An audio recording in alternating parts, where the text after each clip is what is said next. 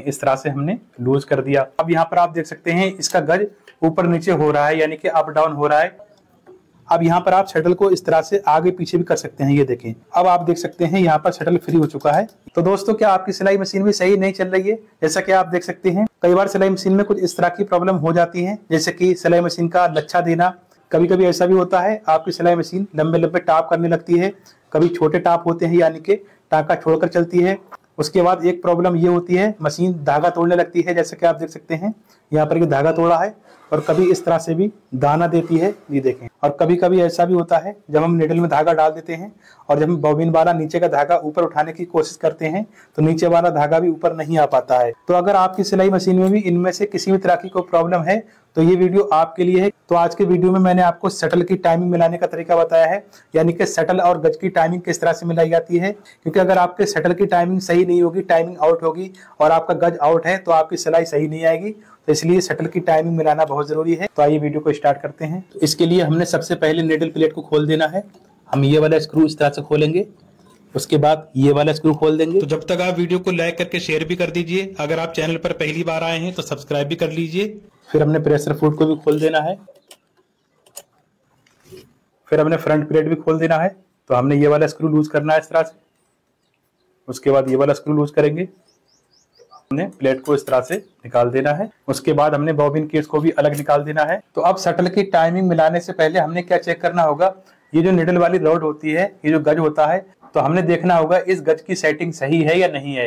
ये गज ज्यादा ऊपर तो नहीं है, तो इसका कैसे पता लगाएं। तो इसके लिए हमने क्या करना होगा, हमने मशीन का व्हील घुमाना है इस तरह से। देखिए, हमने इस गज को बिल्कुल नीचे लेकर आना है, यानी कि निडल को नीचे लेकर आएंगे।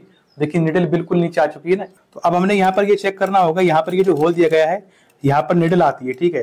तो अगर हम यहाँ पर इस तरह से देखेंगे तो इस पेचकस में निडल बिल्कुल भी नहीं टकरा रही है। और होना ये चाहिए, निडल की नोक इस पेचकस में यहाँ पर लगना चाहिए थी, टच होना चाहिए थी, यानी कि यहाँ से करीब 1 या 1.5 सूत निडल नीचे होनी चाहिए थी। पर इसकी निडल ऊपर है, यानी कि इसका गज कुछ ऊपर हो गया है। तो सबसे पहले तो हमने गज को सही करना है, तो उसके लिए हमने इस वाले स्क्रू को लूज करना है। तो देखिए, हमने लूज किस तरह से करना है, ये देखें, इस तरह से हमने लूज कर दिया। तो ये स्क्रू लूज करने के बाद अब यहाँ पर आप देख सकते हैं इसका गज ऊपर नीचे हो रहा है, यानी कि अप डाउन हो रहा है, बिल्कुल फ्री हो चुका है, ये देखें। तो अब हमने इसको कहाँ लाकर रोकना है, कितना नीचे रखना है, वो आप यहाँ पर ध्यान से देखें।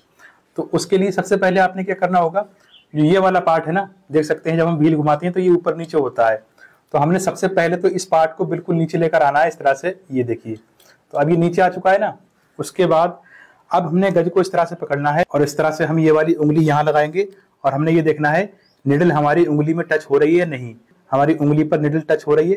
तो जब आपकी उंगली पर निडल टच होने लगेगी तो वहीं पर आपने निडल को रोक देना है इस तरह से। अब हमने दोबारा से इस वाले स्क्रू को टाइट कर देना है। तो अब मैं आपको फिर से दिखाना चाहूंगा, हम निडल को इस तरह से नीचे लेकर आएंगे, ये देखें बिल्कुल नीचे ले आए ना। अब मैं आपको दिखाऊंगा। तो अभी जो कुछ देर पहले यहाँ पर निडल दिखाई नहीं दे रही थी, तो अब आप देख सकते हैं यहाँ पर निडल दिखाई दे रही है और पेज कस में टच भी हो रही है। देखें, अब यहाँ पर पेज कस में टच हो रही है, जैसा कि आप देख पा रहे हैं, ये देख। तो आपने यहाँ पर निडल को करीब 1.5 सूत नीचे रखना है, इस तरह से देख सकते हैं आप। उसके बाद तो अब इसके गज की रॉड की सेटिंग तो हो गई। अब बात आती है शटल की टाइमिंग।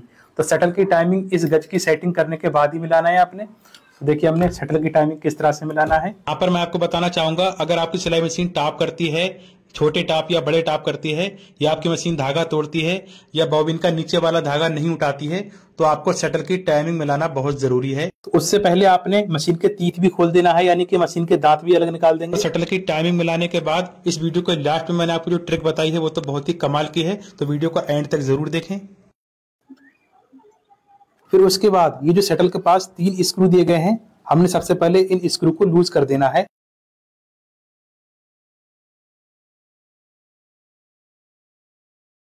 अब तीनों स्क्रू खोलने के बाद हमने निडल को इस तरह से ऊपर कर दिया। अब आप देख सकते हैं यहाँ पर शटल फ्री हो चुका है, ये देखें। अब हमने इसकी टाइमिंग किस तरह से मिलाना है वो आप यहाँ पर ध्यान से देखें। अब टाइमिंग मिलाने से पहले आपने क्या करना होगा, आपने यहाँ भी देख लेना है, ये जो इसका स्टेपर है यहाँ पर बीच में गैप भी हो जाता है, तो हमने स्टेपर को थोड़ा सा आगे कर देना है इस तरह से, ये देखिए। तो ये थोड़ा आगे हो गया ना। अब यहाँ पर आप शटल को इस तरह से आगे पीछे भी कर सकते हैं, ये देखें। तो हमने यहाँ पर शटल की टाइमिंग किस तरह से मिलाना है वो आप ध्यान से देखें। तो इसके लिए हमने निडल को थोड़ा सा नीचे लेकर आना है इस तरह से, और नीचे लाने के बाद अब देखिए ये जो शटल की नोक है ना, इस शटल की नोक को हम इस तरह से आगे लेकर आएंगे, ये देखें। इस तरह से निडल के पास से निकल रही है ना ये, यानी कि जो निडल का होल है वो होल इस शटल की नोक के नीचे होना चाहिए, जस्ट नीचे।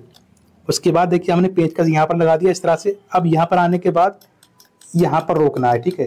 शटल की नोक यहाँ से आगे नहीं जाना चाहिए। आप फिर से समझ लीजिए, ये जो निडल में होल है, ये होल इस शटल की नोक के जस्ट नीचे होना चाहिए। तो इस तरह से हम नीचे लेकर आएंगे, ये देखें।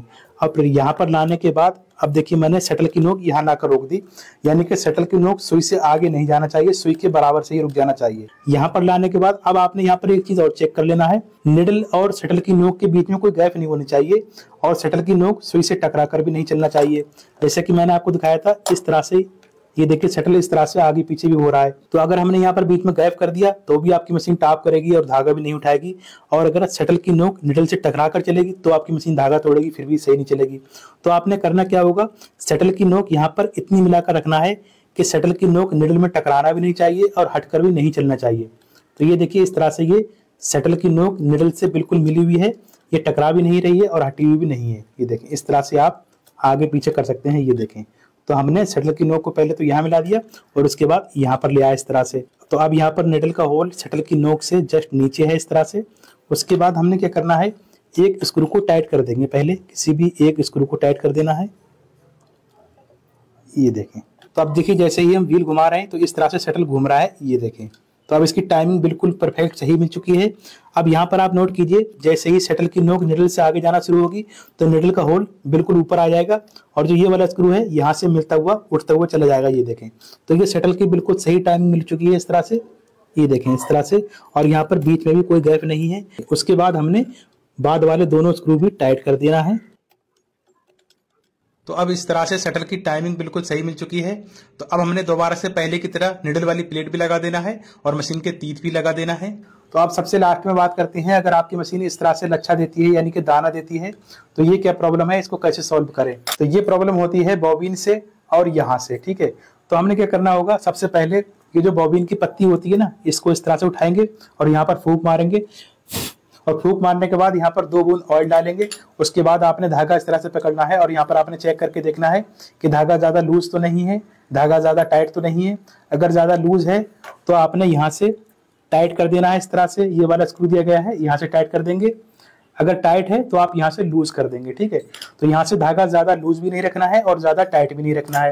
उसके बाद आपने क्या करना है, इस तरह से पकड़ना है और यहाँ पर ये जो बीच में गैप है ना, ये जो बीच में प्लेटें दी गई है, यहाँ पर भी आप फूंक मारेंगे, यहाँ पर बीच में कचरा वगैरह साफ हो जाएगा। उसके बाद आपने यहाँ भी 2 बूंद ऑयल डाल देना है और उसके बाद आपने यहाँ भी देख लेना है कि धागा लूज या टाइट तो नहीं है। अगर आपका धागा ज्यादा टाइट है तो आपने यहाँ से इस तरह से लूज कर देना है, अगर थोड़ा लूज है तो आपने इस तरह से टाइट कर देना है।